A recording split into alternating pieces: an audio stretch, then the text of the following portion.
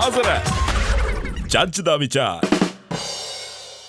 ਸਤਿ ਸ਼੍ਰੀ ਅਕਾਲ ਜੀ, ਤੁਸੀਂ ਪ੍ਰਾਈਮ ਮਿਨਿਸਟਰ ਟੈਲੀਵਿਜ਼ਨ ਦੇਖ ਰਹੇ ਹੋ। ਦੋਸਤੋ, ਮੈਂ ਹਾਂ ਸਵਰਨ ਸਿੰਘ ਟਹਿਣਾ ਤੇ ਹਰ ਰੋਜ਼ ਦੀ ਤਰ੍ਹਾਂ ਹੀ ਪ੍ਰੋਗਰਾਮ ਜੱਜ ਦਾ ਵਿਚਾਰ ਲੈ ਕੇ ਹਾਜ਼ਰ ਹਾਂ। ਹਰ ਰੋਜ਼ ਦੀ ਤਰ੍ਹਾਂ ਹਰਮਨਥਨ ਜੀ ਨਾਲ ਨੇ। ਸਤਿ ਸ਼੍ਰੀ ਅਕਾਲ ਟਹਿਣਾ ਸਾਹਿਬ, ਸਤਿ ਸ਼੍ਰੀ ਅਕਾਲ। ਕੀ ਹਾਲ ਨੇ? ਬਹੁਤ ਵਧੀਆ। ਤੁਸੀਂ ਅੱਜ ਕਾਹਦਾ ਰੋਸ ਪ੍ਰਦਰਸ਼ਨ ਕਰਦੇ ਹੋ? ਗਲ ਦੇ ਵਿੱਚ ਕਾਲੇ ਰੰਗ ਦੀ ਚੁੰਨੀ ਪਾਈ ਹੈ। ਕਾਦਾ ਦੱਸਾਂ? ਹਾਂ, ਕਾਦਾ ਟਹਿਣਾ ਸਾਹਿਬ, ਇਹ ਤੁਸੀਂ ਆਉਂਦੇ ਹੀ ਜਿਹੜਾ ਜ਼ਖਮ ਐ ਕਰਕੇ ਕੁਰੇਦੇ ਆ ਨਾ। ਨਹੀਂ, ਮੈਂ ਕਿਹਨੂੰ ਦੱਸਾਂ? ਇਹ ਰਾਜ ਦੀਆਂ ਗੱਲਾਂ। ਰਾਜ ਦੀਆਂ ਨਹੀਂ, ਇਹ ਤੰਗ ਪਰੇਸ਼ਾਨ ਦੀਆਂ ਗੱਲਾਂ। ਹਾਂ, ਕਿਉਂਕਿ ਮੈਂ ਬਹੁਤ ਪਰੇਸ਼ਾਨ ਆ। ਕੀ ਹੋਇਆ? ਟਹਿਣਾ ਸਾਹਿਬ, ਮੈਨੂੰ ਲੱਗਦਾ ਵੀ ਆਪਣੇ ਪਰਿਵਾਰਕ ਜੀ ਵੀ ਸੋਚਦੇ ਹੋਣਗੇ ਵੀ ਰੋਜ਼ ਤੇਲ ਦੀ ਗੱਲ ਕੀ ਕਰੀਏ, 100 ਦਾ ਰੋਜ਼ ਪਵਾਈਦਾ ਹੈ ਨਾ। ਹੁਣ ਇੰਨੀ ਨਹੀਂ ਰਹਿ ਗਈ ਕਿ ਮਤਲਬ ਸਰਕਾਰ ਦੇ ਨਾਲ ਮੱਥਾ ਲਾਇਆ ਜਾ ਸਕੇ, ਕਿਉਂਕਿ ਸਿਲੰਡਰ ਵੀ ਮਹਿੰਗਾ, ਬੱਤੀ ਮਹਿੰਗੀ, ਫਿਰ ਉਸ ਤੋਂ ਬਾਅਦ ਆ ਤੇਲ ਦੀਆਂ ਕੀਮਤਾਂ ਜ਼ਿਆਦਾ। 102 ਰੁਪਏ 21 ਪੈਸੇ ਨੂੰ ਤੇਲ ਪਵਾਇਆ ਸਵੇਰੇ। ਹਾਂਜੀ, ਇਕੱਠਾ ਹੀ। ਹਾਂ, ਮੈਨੂੰ ਤੱਕ ਹੋਰ ਗੱਲ ਚੇਤੇ ਆ ਗਈ। ਕਹਿੰਦੇ ਵੀ ਇੱਕ ਦਿਨ ਇੱਕ ਮੁੰਡਾ ਨਾ ਬੁਲਟ ਮੋਟਰਸਾਈਕਲ ਦੇ ਉੱਤੇ ਗਿਆ ਪੈਟਰੋਲ ਪੰਪ ਤੇ ਜੀ। ਉਹਨੇ 500 ਦਾ ਤੇਲ ਪਵਾਇਆ। ਇੱਕ ਪਾਸੇ ਮੀਆਂ ਬੀਵੀ ਖੜੇ ਸੀ।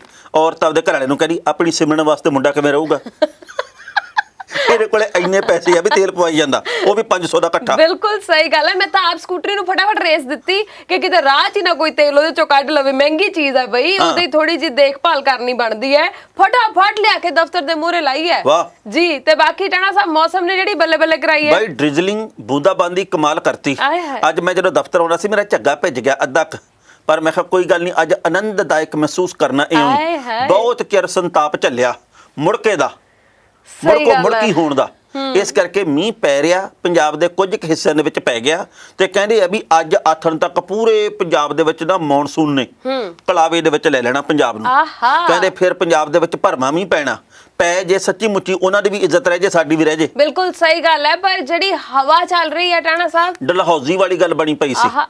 ਦਰਖਤ ਐ ਨੂੰ ਜਾਂਦੇ ਸੀ, ਕਦੇ ਐ ਨੂੰ ਜਾਂਦੇ ਸੀ, ਨਜ਼ਾਰੇ ਆਈ ਜਾਂਦੇ ਸੀ, ਜਾਈ ਜਾਂਦੇ ਸੀ। ਦਰਖਤ ਦਾ ਪਤਾ ਨਹੀਂ ਐ ਨੂੰ ਜਾਂਦੇ ਸੀ ਕਿ ਨਹੀਂ ਜਾਂਦੇ ਸੀ, ਪਰ ਅਸੀਂ ਉਹਨਾਂ ਨੂੰ ਵੇਖ ਕੇ ਜ਼ਰੂਰ ਏਦਾਂ ਆਨੰਦ ਲੈ ਰਹੇ ਸੀ ਵੀ ਹਵਾ ਚੱਲ ਰਹੀ ਆ। ਤੇ ਬਾਕੀ ਟਹਿਣਾ ਸਾਹਿਬ, ਤੁਸੀਂ ਆ ਕੀ ਵਰਕਾ ਜਿਹਾ ਫੜੀ ਬੈਠੇ ਹੋ? ਇਹ ਵਰਕਾ ਭਾਰਤ ਦਾ ਭਵਿੱਖ ਆ। ਹੈ ਇਹ ਵਰਕਾ ਜੇਕਰ ਆਪਾਂ ਪੜ੍ਹ ਲਈਏ ਤੇ ਇਸ ਵਰਕੇ ਦੇ ਵਿੱਚ ਜੋ ਕੁਝ ਲਿਖਿਆ ਉਹਦੇ ਉੱਤੇ ਅਮਲ ਕਰ ਲਈਏ ਤਾਂ ਭਾਰਤ ਦੇ ਵਿੱਚ ਕੋਈ ਸਮੱਸਿਆ ਐਸੀ ਨਹੀਂ ਜਿਹੜੀ 11 ਮਿੰਟਾਂ ਦੇ ਵਿੱਚ ਹੱਲ ਨਾ ਹੋਵੇ। 11 ਮਿੰਟ? ਬਿਲਕੁਲ। ਪ੍ਰਧਾਨ ਮੰਤਰੀ ਨੂੰ ਵਸ ਚ ਕਰਨਾ 11 ਮਿੰਟ। ਤੇ ਕਿਸਾਨ ਐਵੇਂ ਵਿਚਾਰੇ 7-8 ਮਹੀਨਿਆਂ ਤੋਂ ਬੈਠੇ ਨੇ। ਪੈਟਰੋਲ ਸਸਤਾ ਕਰਨਾ 11 ਮਿੰਟ। ਤੁਹਾਡੀ ਤਨਖਾਹ 'ਚ ਵਾਧਾ ਨਹੀਂ ਹੁੰਦਾ 11 ਮਿੰਟ। ਨੌਕਰੀ ਨਹੀਂ ਮਿਲਦੀ 11 ਮਿੰਟ। ਅੱਛਾ। ਫਸਲਾਂ ਦੀ MSP ਨਹੀਂ ਵਧਾਉਂਦੇ ਤਾਂ 11 ਮਿੰਟ। ਵਸ਼ੀਕਰਨ ਦੇ ਬਾਰੇ ਬੜਾ ਕੁਝ ਲਿਖਿਆ, ਇਹ ਅਖਬਾਰ ਦੇ ਵਿੱਚ ਆਇਆ। ਮੈਂ ਕਿਹਾ ਅਖਬਾਰ ਤਾਂ ਅਸੀਂ ਪੜ੍ਹਦੇ ਹਾਂ ਵੀ ਤਾਂ ਜੋ ਤਾਜ਼ਾ ਤਰੀਨ ਖਬਰਾਂ ਤੋਂ ਜਾਣੂ ਹੋ ਸਕੀਏ, ਦੁਨੀਆ ਦੇ ਹਾਣੀ ਬਣ ਸਕੀਏ, ਪਰ ਵਿੱਚ ਫਰਲੇ ਪਾ ਕੇ ਜਿਹੜੇ ਭੇਜ ਦਿੰਦੇ ਆ, ਇਹ ਉੱਥੇ ਹੀ ਫੇਰ ਲਿਆਉਂਦੇ ਬੰਦੇ ਨੂੰ। ਹਾਏ, ਜਿਹੜੀ ਸ਼ਰਤ ਲਾਉਂਦੇ ਆ ਨਾ, ਇਹ ਉਹ ਵੀ ਕਮਾਲ ਹੀ ਹੁੰਦੀ ਹੈ। ਲਓ ਜੀ, ਮੈਂ ਤੁਹਾਨੂੰ ਪੜ੍ਹ ਕੇ ਸੁਣਾਉਣਾ। ਮੈਂ ਇਸ ਬੰਦੇ ਦਾ ਨਾਂ ਨਹੀਂ ਲੈਂਦਾ ਕਿ ਲੋਕ ਫੇਰ ਜਾਣਾ ਸ਼ੁਰੂ ਹੋ ਜਾਣਗੇ, ਮਸ਼ਹੂਰੀ ਬਣ ਜਾਂਦੇ ਆ। 11 ਮਿੰਟਾਂ ਦੇ ਵਿੱਚ ਕਹਿੰਦੇ ਹਰ ਸਮੱਸਿਆ ਦਾ ਸਮਾਧਾਨ ਗਰੰਟੀ ਦੇ ਨਾਲ ਹੱਲ ਹੁੰਦਾ। ਕਹਿੰਦੇ ਵੀ ਜਿਵੇਂ ਪ੍ਰੇਮ ਵਿਆਹ, ਵਸ਼ੀਕਰਨ, ਪਤੀ ਪਤਨੀ ਚ ਅਣਬਣ, ਗ੍ਰਹਿ ਕਲੇਸ਼, ਮਨਚਾਹਾ ਪਿਆਰ, ਮੁੱਠ ਕਰਨੀ, ਬਣਦੇ ਕੰਮ ਵਿਗੜਨਾ, ਕੋਰਟ ਕਚਹਿਰੀ, ਵਿਦੇਸ਼ ਯਾਤਰਾ ਚ ਰੁਕਾਵਟ, ਸੌਕਣ ਤੋਂ ਛੁਟਕਾਰਾ, ਕੋਖ ਮੇ ਵਾਧਾ, ਸ਼ਾਦੀ 'ਚ ਅੜਚਨ, ਕੀਤਾ ਕਿਰਾਇਆ, ਨੌਕਰੀ ਕਾਰੋਬਾਰ ਦੇ ਵਿੱਚ ਵਾਧਾ ਆ ਜਾਣਾ। ਤੇ ਜੇ ਨੌਕਰੀ ਕਾਰੋਬਾਰ 'ਚ ਵਾਧਾ ਤੋਂ ਹਟਾ ਦਿੰਨਾ ਤੇ ਫਿਰ ਵਰਕੇ ਆਪ ਕਿਹੜੀ ਗੱਲੋਂ ਅਖਬਾਰਾਂ 'ਚ ਪਾਉਣਾ। ਬਿਲਕੁਲ ਸਹੀ ਗੱਲ ਹੈ। ਇਹ ਜੀ ਫੀਸ ਇਹਦੀ ਮੇਰਾ ਖਿਆਲ 11,000 ਜਾਂ 21,000 ਹੋਣੀ ਆ। ਇਹਨੂੰ ਕਿਸਾਨ 51,000 ਦੇਣਗੇ। ਇਹ 11 ਮਿੰਟਾਂ ਦੇ ਵਿੱਚ ਪ੍ਰਧਾਨ ਮੰਤਰੀ ਸਾਹਿਬ ਦਾ ਵਸ਼ੀਕਰਨ ਕਰਕੇ ਤੇ ਮਸਲਾ ਸਾਰਾ ਹੱਲ ਕਰ ਦੇਵੇ। ਕਹਿਣ ਦਾ ਭਾਵ ਇਹ ਹੈ ਕਿ ਪ੍ਰਸ਼ਾਸਨ ਦੇ ਨੱਕ ਦੇ ਥੱਲੇ ਇਹ ਦਫ਼ਤਰ ਖੁੱਲੇ ਵੇ ਜਿਹੜੇ ਕਿ ਲੋਕਾਂ ਨੂੰ ਲੁੱਟਦੇ ਆ, ਲੋਕਾਂ ਨੂੰ ਆਰਥਿਕ ਤੌਰ ਦੇ ਉੱਤੇ ਚੂੰਡਦੇ ਆ। ਸ਼ਰੇਆਮ ਚੂੰਡਦੇ ਆ, ਪਰ ਫਿਰ ਵੀ ਨਹੀਂ ਮੰਨਦੇ, ਨਹੀਂ ਸੁਣਦੇ।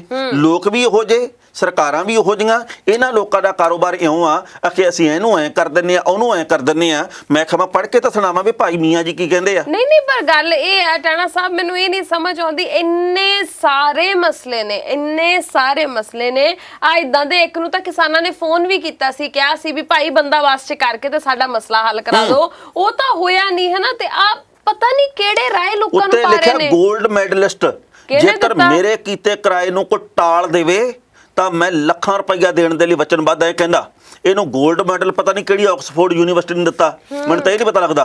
ਸੱਚੀ ਗੱਲ ਹੈ ਵੈਸੇ ਹੱਦ ਹੀ ਹੋ ਗਈ ਨਹੀਂ ਲੱਗਣਾ ਚਾਹੀਦਾ ਇਹਨਾਂ ਦੇ ਮਗਰ ਇਹਨਾਂ ਨੇ ਕੁਛ ਨਹੀਂ ਸਵਾਰਨਾ ਇਹ ਸਿਰਫ ਤੇ ਸਿਰਫ ਠੱਗ ਮਹਿਕਮੇ ਨੇ ਤੇ ਬਾਕੀ ਟਾਣਾ ਸਾਹਿਬ ਚਾਹੀਦਾ ਵਿਚਾਰ ਸੁਣਾ ਦਿਓ ਫਿਰ ਚਾਹੀਦਾ ਵਿਚਾਰ ਹੁਣੇ ਦੱਸਾਂ ਹੋਰ ਉਹ ਇਹ ਆ ਵੀ ਜੇਕਰ ਕੋਈ ਤੁਹਾਡੀ ਨਿੰਦਿਆ ਚੁਗਲੀ ਕਰਦਾ ਜੇਕਰ ਪਿੱਠ ਪਿੱਛੇ ਬਦਖੋਈਆਂ ਕਰਦਾ ਤਾਂ ਆਪਦੇ ਇਰਾਦੇ ਨੂੰ ਤੇ ਆਪਣੀਆਂ ਨੀਤਾਂ ਨੂੰ ਬਿਲਕੁਲ ਨਾ ਬਦਲੋ ਕਿਉਂਕਿ ਜਦੋਂ ਤੁਹਾਡੇ ਦਿਨ ਫਿਰ ਜਾਂਦੇ ਆ ਇਹ ਬਦਖੋਈਆਂ ਕਰਨ ਵਾਲੇ ਕਹਿਣ ਲੱਗ ਜਾਂਦੇ ਆ ਸਾਨੂੰ ਪਹਿਲਾਂ ਹੀ ਪਤਾ ਸੀ ਇਹਨੇ ਕਾਮਯਾਬ ਹੋ ਜਾਣਾ ਸਾਨੂੰ ਪਤਾ ਸੀ ਇਹਨੇ ਕੁਛ ਨਾ ਕੁਛ ਬਣਨਾ ਕਿਆ ਬਾਤ ਇਹਦੇ ਤਾਂ ਬਚਪਨ ਤੋਂ ਹੀ ਸਾਨੂੰ ਆਸ ਸੀ ਨਿੱਕਾ ਹੁੰਦਾ ਵੀ ਐਂ ਕਰਦਾ ਸੀ ਇਹ ਬਸ ਇਹਨੇ ਚੜ੍ਹਾਈ ਕਰਨੀ ਹੀ ਕਰਨੀ ਸੀ ਕਿਆ ਬਾਤ ਹੈ ਸਹੀ ਗੱਲ ਹੈ ਟਾਣਾ ਸਾਹਿਬ ਜਿਹੜੀ ਮਿਹਨਤ ਹੁੰਦੀ ਆ ਉਹਦੇ ਪਿੱਛੇ ਦੀ ਉਹ ਕੋਈ ਨਹੀਂ ਵੇਖਦਾ ਪਰ ਜਦੋਂ ਬੰਦਾ ਕਿਸੇ ਮੁਕਾਮ ਦੇ ਉੱਪਰ ਪਹੁੰਚ ਜਾਂਦਾ ਉਹ ਸਾਰੇ ਵੇਖਦੇ ਨੇ ਕਿ ਐਦਾਂ ਹੋ ਗਿਆ ਇਹਦਾ ਤਾਂ ਸੂਤ ਲੱਗ ਗਿਆ ਇਹਨੇ ਤਾਂ ਕੁਝ ਵੀ ਨਹੀਂ ਕੀਤਾ ਇਹ ਤਾਂ ਟੱਬਰ ਹੀ ਇਦਾਂ ਸੀ ਹਨਾ ਫਿਰ ਹੋਰ ਗੱਲਾਂ ਹੋਣ ਲੱਗ ਜਾਂਦੀਆਂ ਨੇ ਪਰ ਮਿਹਨਤ ਦਾ ਫਲ ਮਿਲਦਾ ਜ਼ਰੂਰ ਹੈ ਲੋਕਾਂ ਨੂੰ ਬਿਲਕੁਲ ਤੁਸੀਂ ਇਦਾਂ ਦੀਆਂ ਗੱਲਾਂ ਨੂੰ ਜਿਹੜੀਆਂ ਤੁਹਾਨੂੰ ਪਿੱਛੇ ਖਿੱਚਦੀਆਂ ਹੋਣ ਉਹਨਾਂ ਨੂੰ ਬਿਲਕੁਲ ਅਣਸੁਣਿਆ ਕਰ ਦੇਣਾ ਚਾਹੀਦਾ ਜਿਹੜਾ ਮੈਂ ਚਾਹੀਦਾ ਵਿਚਾਰ ਲੈ ਕੇ ਆਈ ਹਾਂ ਸੁਣ ਕੇ ਬਾਗੋ ਬਾਗ ਹੋ ਜਾਊਂਗੀ अच्छा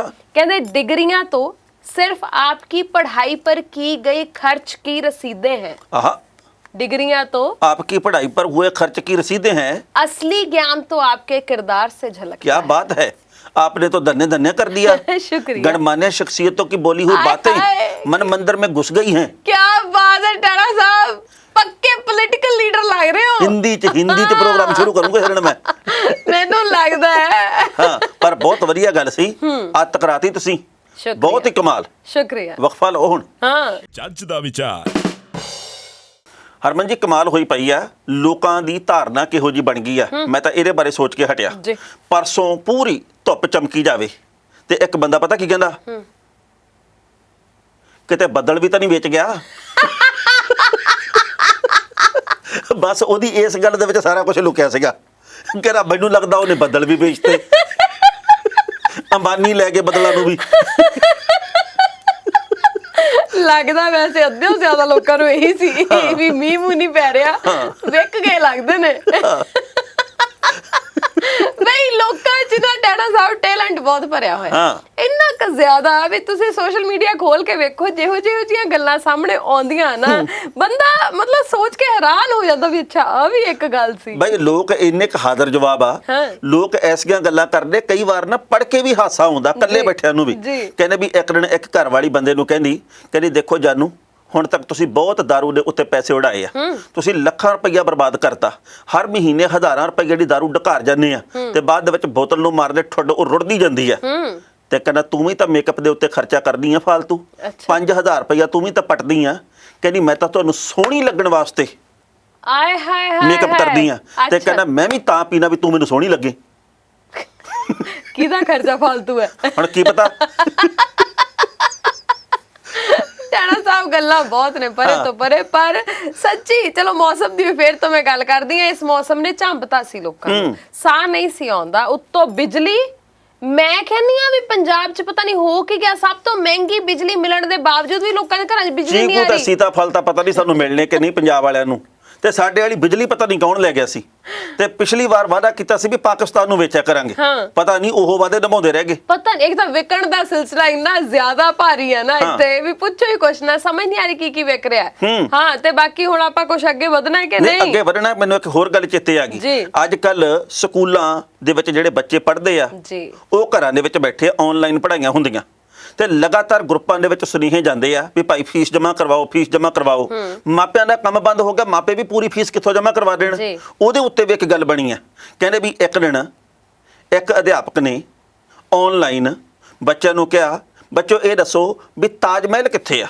ਬੱਚਿਆਂ ਨੇ ਕਿਹਾ ਜੀ ਆਗਰੇ 'ਚ ਆ ਕਹਿੰਦੇ ਨਾ ਪਟਿਆਲੇ 'ਚ ਆ ਹੈ ਕਹਿੰਦਾ ਪਟਿਆਲੇ ਦੇ ਵਿੱਚ ਆ ਤਾਜ ਮਹਿਲ ਅੱਛਾ ਅਗਲੇ ਦਿਨ ਮਾਪੇ ਇਕੱਠੇ ਹੋ ਕੇ ਸਕੂਲ 'ਚ ਚਲੇ ਗਏ ਅਧਿਆਪਕ ਤਾਂ ਆਉਂਦੇ ਹੀ ਆ ਉਹ ਕਹਿੰਦੇ ਵੀ ਸਾਡੇ ਬੱਚਿਆਂ ਨੂੰ ਗਲਤ ਗਿਆਨ ਦਿੱਤਾ ਜਾ ਰਿਹਾ ਵੀ ਤਾਜ ਮਹਿਲ ਇੱਥੇ ਕਿੱਥੇ ਆ ਪ੍ਰਿੰਸੀਪਲ ਨੇ ਪਤਾ ਕੀ ਕਿਹਾ ਉਹ ਕਹਿੰਦੇ ਦੇਖੋ ਪਿਛਲੇ 5 ਮਹੀਨੇ ਦੀ ਫੀਸ ਪਈ ਤੁਹਾਡੀ ਪਹਿਲਾਂ ਉਹ ਜਮ੍ਹਾਂ ਕਰਵਾਓ ਜਿੰਨੀ ਦੇਰ ਤੱਕ ਉਹ ਨਹੀਂ ਜਮ੍ਹਾਂ ਕਰਵਾਉਂਦੇ ਤਾਜ ਮਹਿਲ ਪਟਿਆਲੇ 'ਚ ਹੀ ਰਹੂਗਾ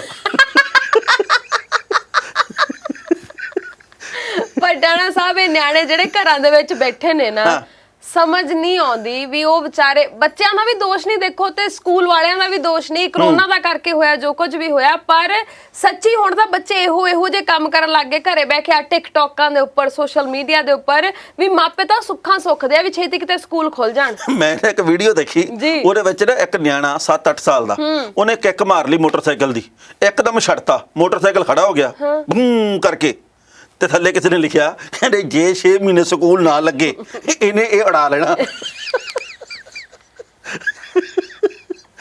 ਇਹ ਲੰਡਨ ਤੇ ਜਾਊ।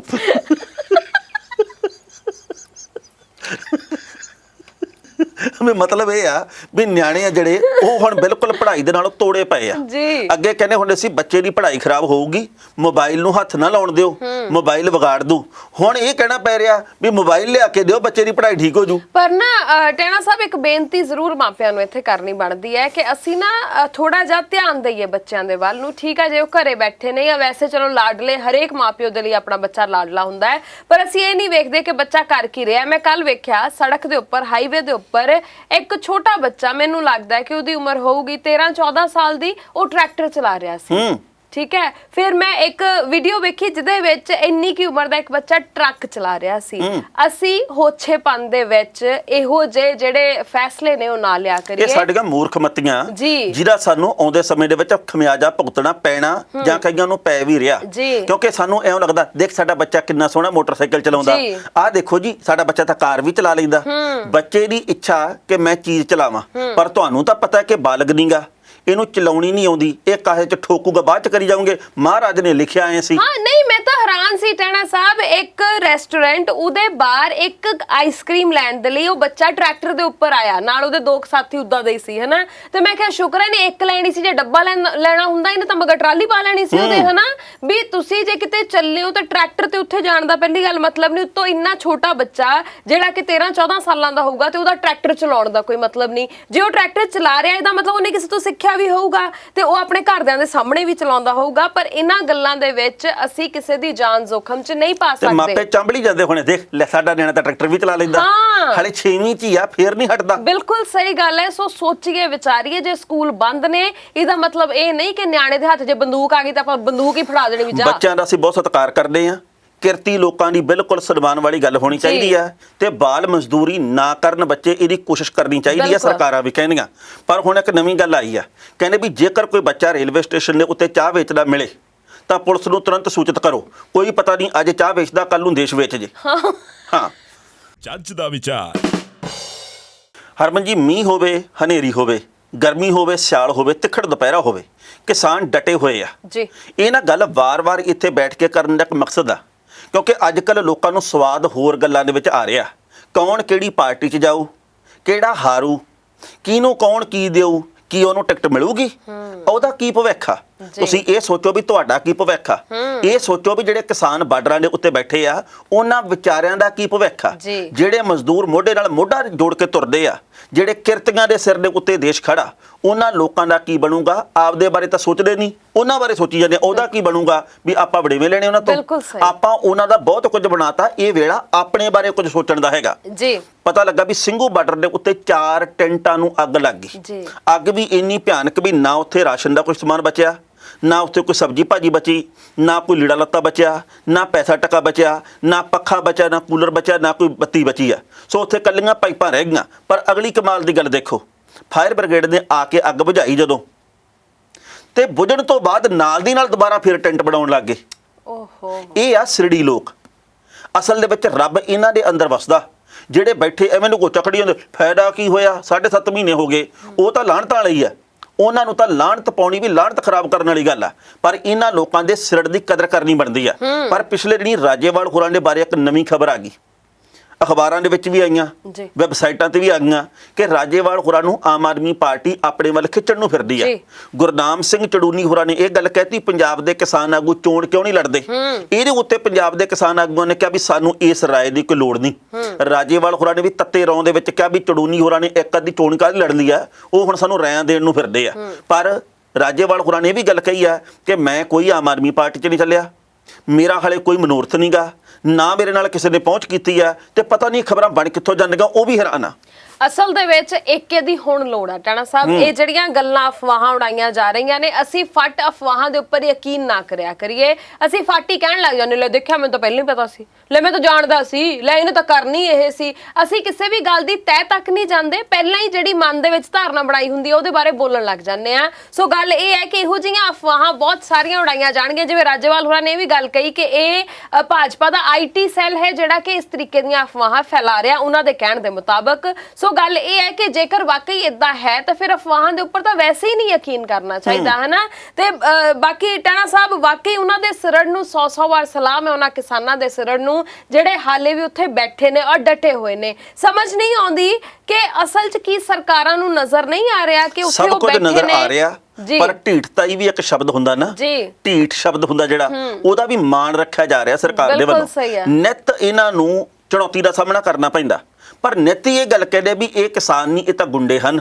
ਫੇਰ ਕਿਸਾਨ ਵਿਰੋਧਤਾ ਕਰਦੇ, ਫੇਰ ਕਹਿੰਦੇ ਗੁੰਡੇ ਹਨ। ਨਹੀਂ, ਇਹਨਾਂ ਨੂੰ ਗੁੰਡਿਆਂ ਦੀ ਪਰਿਭਾਸ਼ਾ ਨਹੀਂ ਪਤਾ। ਗੁੰਡੇ 7-7 8-8 ਮਹੀਨੇ ਸ਼ਾਂਤੀ ਨਾਲ ਨਹੀਂ ਬਹਿੰਦੇ ਹੁੰਦੇ। ਗੁੰਡੇ ਜਿਹੜੇ ਨੇ ਉਹ ਸ਼ਾਂਤੀਪੂਰਵਕ ਪ੍ਰਦਰਸ਼ਨ ਨਹੀਂ ਕਰਦੇ ਹੁੰਦੇ। ਗੁੰਡੇ ਜਿਹੜੇ ਨੇ ਉਹ ਉਡੀਕ ਨਹੀਂ ਕਰਦੇ ਕਿ ਕਦੋਂ ਸਾਡੇ ਹੱਕ ਸਾਨੂੰ ਮਿਲਣਗੇ ਤੇ ਫਿਰ ਇੱਥੋਂ ਅਸੀਂ ਘਰਾਂ ਨੂੰ ਜਾਵਾਂਗੇ। ਗੁੰਡਿਆਂ ਦੀ ਪਰਿਭਾਸ਼ਾ ਇਹਨਾਂ ਦੇ ਮੁਤਾਬਕ ਕੀ ਹੈ, ਪਹਿਲਾਂ ਇਹਨਾਂ ਨੂੰ ਇਹ ਜਾਣ ਲੈਣਾ ਚਾਹੀਦਾ। ਬਿਲਕੁਲ ਸਹੀ। ਜੱਜ ਦਾ ਵਿਚਾਰ। ਹਰਮਨ ਜੀ, ਰਣਜੀਤ ਸਿੰਘ ਢੱਡਰੀਆਂ ਵਾਲਿਆਂ ਨੇ ਤਾਂ ਨਾ ਕੋਕੇ ਜੜ ਤੇ ਇੱਕ ਗੱਲ ਦੇ ਵਿੱਚ। ਕਿਵੇਂ? ਦੇਖੋ, ਹਰ ਕਿਸੇ ਦੇ ਆਪੋ ਆਪਣੇ ਵਿਚਾਰ ਆ, ਪਰ ਜਦੋਂ ਆਪਾਂ ਤਰਕ ਦੇ ਨਾਲ ਵਿਚਾਰ ਪੇਸ਼ ਕਰਦੇ ਆ ਤੇ ਉਦੋਂ ਪਤਾ ਲੱਗਦਾ ਵੀ ਭਾਈ ਕਿਹੜੀ ਗੱਲ ਕਿਉਂ ਕਹਿ ਰਿਹਾ ਤੇ ਕਦੋਂ ਤੇ ਕਿਵੇਂ ਕਹਿ ਰਿਹਾ। ਪਿਛਲੇ ਦਿਨੀ ਵਿਰਸਾ ਸਿੰਘ ਬਲਟੋਹਾ ਜਿਹੜੇ ਅਕਾਲੀ ਦਲ ਦੇ ਆਗੂ ਆ, ਉਹਨਾਂ ਨੇ ਦੋਸ਼ ਲਾਏ ਢੱਡਰੀਆਂ ਵਾਲਿਆਂ ਦੇ ਉੱਤੇ। ਉਹ ਕਹਿੰਦੇ ਵੀ ਅਸਲ ਦੇ ਵਿੱਚ ਨਾ ਢੱਡਰੀਆਂ ਵਾਲਾ ਜਿਹੜਾ, ਇਹਦੇ ਕੋਲੇ 1 ਕਰੋੜ ਤੇ 65 ਲੱਖ ਰੁਪਏ ਦੀਆਂ ਲੈਂਡ ਕਰੂਜ਼ਰਾਂ, ਕਈ ਲੈਂਡ ਕਰੂਜ਼ਰਾਂ। ਉਹ ਕਹਿੰਦੇ ਵੀ ਕਰੋੜ ਰੁਪਏ ਵਾਲਾ ਹੀਰਿਆਂ ਵਾਲਾ ਮੋਬਾਈਲ ਆ ਤੇ ਨਸ਼ਿਆਂ ਦੀ ਤਸਕਰੀ ਦੇ ਵਿੱਚ ਨਾ ਵੱਜਦਾ ਤੇ ਜਿਹੜੀ ਇਹ ਇਸ ਵਕਤ ਟੋਲਾ ਪਾ ਕੇ ਰੱਖਦੇ ਤੇ ਇਹ ਦਾਗੀ ਹੋਣ ਵਾਲੀ ਗੱਲ ਆ। ਪਰ ਉਸ ਤੋਂ ਬਾਅਦ ਉੱਤਰ ਦਿੱਤਾ ਹੈਗਾ ਢੱਡਰੀਆਂ ਵਾਲਿਆਂ ਨੇ ਵਿਰਸਾ ਸਿੰਘ ਬਲਟੋਹਾ ਨੂੰ ਸਤਿਕਾਰ ਦੇ ਨਾਲ। ਉਹ ਕਹਿੰਦੇ ਵੀ ਪਹਿਲੀ ਗੱਲ ਤਾਂ ਇਹ ਹੈ ਵੀ ਜੇਕਰ ਮੇਰੇ ਨਾਲ ਰਹਿੰਦੇ ਇੱਕ ਬੰਦੇ ਦਾ ਭਤੀਜਾ ਨਸ਼ਿਆਂ ਦੀ ਤਸਕਰੀ ਦੇ ਵਿੱਚ ਫੜਿਆ ਗਿਆ ਤਾਂ ਕੀ ਇਹਦਾ ਮਤਲਬ ਇਹ ਆ ਕਿ ਮੈਂ ਵੀ ਨਸ਼ਾ ਵੇਚਦਾ। ਇਸ ਹਿਸਾਬ ਦੇ ਨਾਲ ਤਾਂ ਅਕਾਲੀ ਦਲ ਦੇ ਬਹੁਤ ਸਾਰੇ ਆਗੂਆਂ ਦੇ ਨਾਲ ਕਈ ਤਸਕਰਾਂ ਦੀਆਂ ਫੋਟੋਆਂ, ਇਹਦਾ ਮਤਲਬ ਉਹ ਵੀ ਨਾਲ ਜੁੜੇ ਹੋਏ ਆ। ਜਿਹੜਾ ਰਾਣੋ ਆ ਫੜਿਆ ਗਿਆ ਤੇ ਉਹਦਾ ਵੀ ਸਬੰਧ ਕਈਆਂ ਦੇ ਨਾਲ ਜੁੜਿਆ ਦੱਸਿਆ ਗਿਆ ਵੀ ਭਾਈ ਉਹਦੇ ਨਾਲ ਵੀ ਮਿਲਦਾ ਸੀ, ਉਹਦੇ ਨਾਲ ਵੀ ਮਿਲਦਾ ਸੀ। ਮਤਲਬ ਇਹ ਆ ਵੀ ਉਹ ਸਾਰੇ ਰਾਣੋ ਦੇ ਨਾਲ ਮਿਲ ਕੇ ਤਸਕਰੀ ਕਰਦੇ ਸੀ। ਜੇ ਤੁਸੀਂ ਕਹਿੰਦੇ ਹੋ ਵੀ ਲੈਂਡ ਕਰੂਜ਼ਰ ਮੇਰੇ ਕੋਲੇ 1 ਕਰੋੜ ਤੇ 65 ਲੱਖ ਰੁਪਏ ਵਾਲੀ ਆ, ਇਹ ਮੈਂ ਲਈ ਸੀ 2008 ਦੇ ਵਿੱਚ। ਫਿਰ ਜਦੋਂ ਗੋਲੀਆਂ ਚਲਾਈਆਂ ਸਾਡੇ ਉੱਤੇ, ਸਾਡੀ ਗੱਡੀ ਤਬਾਹ ਹੋਈ ਤੇ ਉਸ ਤੋਂ ਬਾਅਦ ਇਹ ਕਾਫੀ ਲੰਮਾ ਸਮਾਂ ਵਰਕਸ਼ਾਪ 'ਚ ਖੜੀ ਰਹੀ। ਉਸ ਤੋਂ ਬਾਅਦ ਠੀਕ ਕਰਵਾਈ ਤੇ ਇਹਨੂੰ ਅਸੀਂ ਹੁਣ ਵਰਤ ਰਹੇ ਹਾਂ। ਪਰ ਜੇਕਰ ਤੁਹਾਨੂੰ ਲੱਗਦਾ ਵੀ ਇਹ 1 ਕਰੋੜ ਤੇ 65 ਲੱਖ ਰੁਪਏ ਦੀ ਆ ਤੇ ਤੁਸੀਂ ਮੈਨੂੰ 65 ਲੱਖ ਰੁਪਏ ਦੇ ਦਿਓ ਤੇ ਕਰੋੜ ਰੁਪਇਆ ਆਪ ਕਮਾ ਲਓ, ਇਹਨੂੰ ਵੇਚ ਲਓ ਅੱਗੇ ਤੇ ਨਾਲੇ ਜਿਹੜੇ ਤੁਹਾਡੇ ਮਸਲੇ ਆ ਉਹ ਹੱਲ ਹੋ ਜਾਣਗੇ। ਫਿਰ ਤੀਜੀ ਗੱਲ ਉਹਨਾਂ ਨੇ ਇਹ ਕਹੀ ਆ ਵੀ ਜੇਕਰ ਮੇਰੇ ਕੋਲੇ 1 ਕਰੋੜ ਰੁਪਏ ਵਾਲਾ ਮੋਬਾਈਲ ਹੈਗਾ, ਇਹਦੇ ਬਾਰੇ ਮਾੜੀ ਮੋਟੀ ਕਦੇ ਜਾਣਕਾਰੀ ਮੈਨੂੰ ਵੀ ਦੇ ਦਿਓ ਵੀ ਭਾਈ ਤੇਰੇ ਕੋਲੇ ਇੱਥੇ ਪਿਆ ਇਹ, ਮੈਂ ਵੀ ਉਹਨੂੰ ਕੱਢ ਕੇ ਵਰਤ ਲਾਂ। ਸੋ ਉਹਨਾਂ ਨੇ ਆਪਣੇ ਵੱਲੋਂ ਜਿਹੜੀਆਂ ਗੱਲਾਂ ਕੀਤੀਆਂ ਉਹ ਦਲੀਲ ਦੇ ਨਾਲ ਕਰਕੇ ਤੇ ਇਹ ਗੱਲ ਕਹੀ ਆ ਵੀ ਕੀ ਇਹ ਜਨਾਬ ਵਿਰਸਾ ਸਿੰਘ ਬਲਟੋਹਾ ਦੇ ਹੀ ਬਿਆਨ ਆ ਜਾਂ ਇਹ ਸਮੁੱਚੇ ਅਕਾਲੀ ਦਲ ਦੇ ਬਿਆਨ ਆ, ਇਹਦੇ ਬਾਰੇ ਮੈਨੂੰ ਜ਼ਰੂਰ ਦੱਸਿਆ ਜਾਵੇ। ਟਾਣਾ ਸਾਹਿਬ, ਗੱਲ ਇਹ ਹੈ ਕਿ ਕੋਈ ਵੀ ਕਿਸੇ ਦੇ ਉੱਪਰ ਕੋਈ ਵੀ ਦੋਸ਼ ਲਗਾ ਸਕਦਾ। ਮੈਂ ਤੁਹਾਡੇ ਤੇ ਕੋਈ ਵੀ ਲਗਾ ਸਕਦੀ, ਤੁਸੀਂ ਮੇਰੇ ਤੇ ਲਗਾ ਸਕਦੇ ਹੋ, ਪਰ ਜੇਕਰ ਤੁਹਾਡੇ ਕੋਲ ਕੋਈ ਸਬੂਤ ਹੈ ਆਪਣੀ ਗੱਲ ਦਾ, ਮੈਨੂੰ ਲੱਗਦਾ ਫਿਰ ਗੱਲ ਕਹਿਣੀ ਚਾਹੀਦੀ ਹੈ। ਜੇ ਸਬੂਤ ਹੋਣ ਤੇ ਉਹ ਲੋਕਾਂ ਦੇ ਸਾਹਮਣੇ ਜ਼ਰੂਰ ਰੱਖਣੇ ਚਾਹੀਦੇ ਨੇ, ਚਾਹੇ ਕੋਈ ਵੀ ਹੋਵੇ। ਆਪਾਂ ਕਿਸੇ ਖਾਸ ਇੱਕ ਸ਼ਖਸ ਦੀ ਗੱਲ ਨਹੀਂ ਕਰਦੇ, ਕੋਈ ਵੀ ਹੋਵੇ ਦੁਨੀਆ ਦੇ ਵਿੱਚ। ਜੇਕਰ ਕੋਈ ਕਿਸੇ ਬਾਰੇ ਕੁਝ ਵੀ ਕਹਿ ਰਿਹਾ ਹੈ, ਕਿਸੇ ਤੇ ਕੋਈ ਦੋਸ਼ ਲਗਾ ਰਿਹਾ ਹੈ, ਤਾਂ ਜੇਕਰ ਤੁਹਾਡੇ ਕੋਲ ਉਹਨਾਂ ਦੋਸ਼ਾਂ ਸੰਬੰਧੀ ਕੋਈ ਦਸਤਾਵੇਜ਼ ਹੈਗੇ ਨੇ, ਕੋਈ ਪ੍ਰੂਫ ਹੈਗਾ, ਤੁਸੀਂ ਲੋਕਾਂ ਸਾਹਮਣੇ ਰੱਖੋ ਤੇ ਲੋਕ ਆਪਣੇ ਆਪ ਵੇਖਣਗੇ ਕਿ ਕੌਣ ਸਹੀ ਆ ਕੌਣ ਨਹੀਂ। ਇਦਾਂ ਤਾਂ ਕਹਿਣ ਨੂੰ ਜਿਹੜਾ ਮਰਜ਼ੀ ਮੈਂ ਤੁਹਾਨੂੰ ਕਹੀ ਜਾਂਦੀ ਤੁਹਾਡੇ ਕੋਲ ਇੰਨਾ ਕੁਛ ਆ, ਤੁਸੀਂ ਮੈਨੂੰ ਕਹੀ ਜਾਓ ਤੁਹਾਡੇ ਕੋਲ ਇੰਨੀ ਜਾਇਦਾਦ ਆ, ਉਹਦਾ ਕੋਈ ਤਰਕ ਨਹੀਂ ਰਹਿ ਜਾਂਦਾ। ਤੁਸੀਂ ਜਾਂ ਤਾਂ ਤਰਕ ਦੇ ਨਾਲ ਗੱਲ ਕਰੋ, ਆਪਣੀ ਗੱਲ ਅੱਗੇ ਰੱਖੋ, ਫਿਰ ਲੋਕ ਆਪਣੇ ਆਪ ਫੈਸਲਾ ਕਰ ਲੈਣਗੇ। ਦੇਖੋ, ਬੜੀ ਸਾਫ਼ ਤੇ ਸਪਸ਼ਟ ਗੱਲ ਹੈ ਬਈ ਨਾ ਤਾਂ ਪਟਿਆਲਾ ਦੂਰ ਆ ਤੇ ਨਾ ਹੀ ਮਾਝਾ ਦੂਰ ਆ। ਜੇਕਰ ਕਿਸੇ ਨੇ ਕਿਸੇ ਦੀ ਵੀ ਪੜਤਾਲ ਕਰਨੀ ਹੋਵੇ ਤਾਂ ਉਹ ਸੰਬੰਧਿਤ ਥਾਂ ਦੇ ਉੱਤੇ ਜਾ ਕੇ ਕਰ ਸਕਦਾ ਜਾਂ ਕਰਵਾ ਸਕਦਾ। ਸੋ ਮੇਰਾ ਖਿਆਲ ਆ ਵੀ ਕਿਸੇ ਨੂੰ ਵੀ, ਮੈਂ ਤਾਂ ਇਹ ਵੀ ਗੱਲ ਕਹਿਣਾ ਹੁੰਦਾ ਵੀ ਜੇਕਰ ਕੇਜਰੀਵਾਲ ਸਾਹਿਬ ਕਿਸੇ ਉੱਤੇ ਦੋਸ਼ ਲਾਉਂਦੇ ਆ ਤਾਂ ਉਹਦੇ ਕੋਲੇ ਵੀ ਸਬੂਤ ਚਾਹੀਦੇ ਆ। ਜੇਕਰ ਕੈਪਟਨ ਅਮਰਿੰਦਰ ਸਿੰਘ ਅਕਾਲੀ ਦਲ ਦੇ ਉੱਤੇ ਦੋਸ਼ ਲਾਉਂਦੇ ਆ, ਉਹਦੇ ਵੀ ਸਬੂਤ ਚਾਹੀਦੇ ਆ।